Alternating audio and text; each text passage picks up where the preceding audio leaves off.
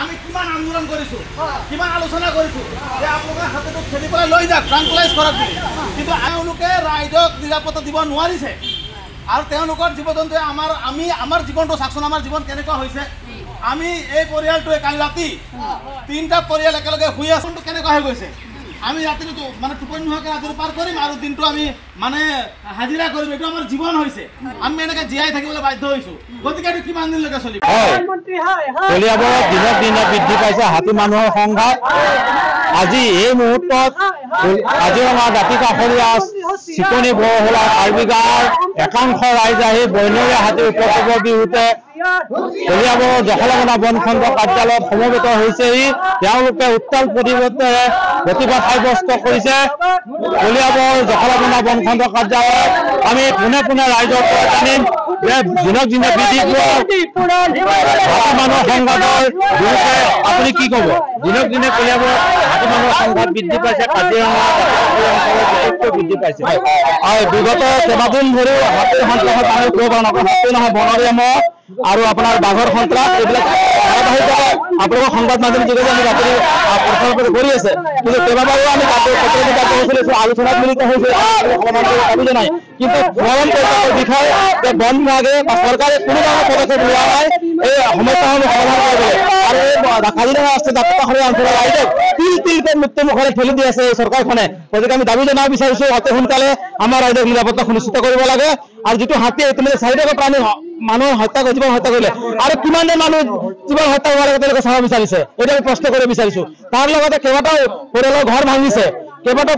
ভাঙিছে মানুহক ধুনীয়া কৰিছে এই মানুহখিনিক ন্যায় কোনে দিব কালি চাওক সুনীল ক্ৰামচা বুলি যিজন মানুহৰ ঘৰ বৰহুলাত তেখেত তিনিজনীয়া পৰিয়াল সৰু কেঁচৰ সৈতে শুই থকা অৱস্থাত হাতী আহি পেলাই ঘৰ ভাঙিছে কষ্ট কৰি পোৱা খেতিৰ ধন চাউল 4 বছৰ হাতে নষ্ট কৰিছে গতিকে ঘৰটো ভাঙিছে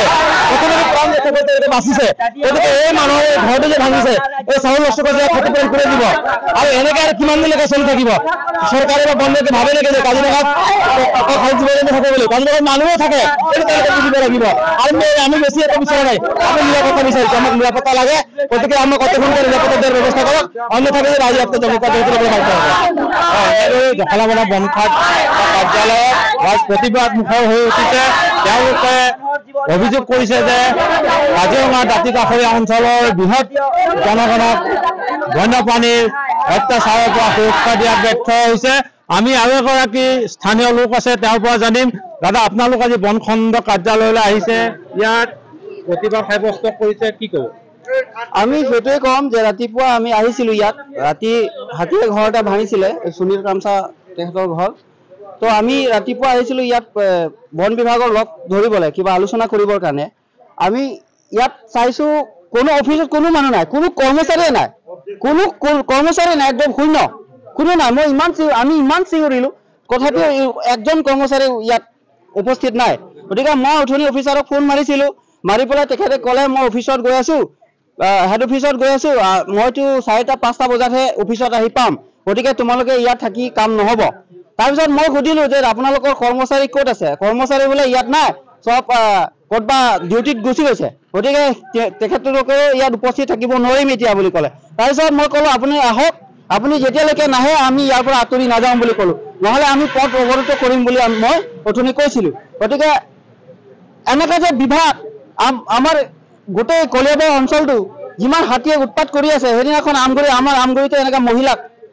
একদম নিৰ্মমভাৱে হত্যা কৰিছে তাৰপিছত আৰু আপোনাৰ আমগুৰি বাগানৰ ওচৰতে এনেকুৱা হৈছিলে গতিকে সেই ঘটনাটো আমি আপোনালোকে উচিত ব্যৱস্থা কৰক এই হাতীটো আমি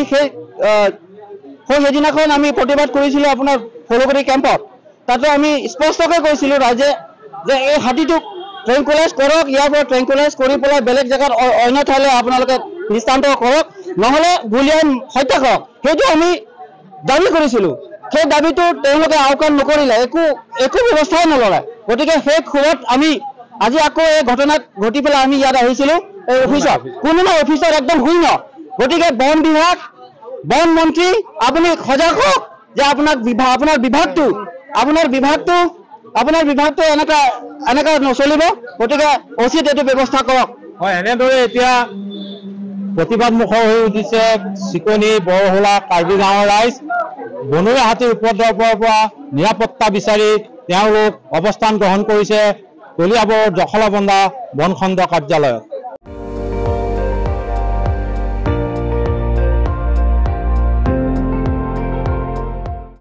আপুনি চাই আছে ND24 সৰ্বশ্ৰেষ্ঠ নহয় সৰ্বোত্তমৰ দৌৰ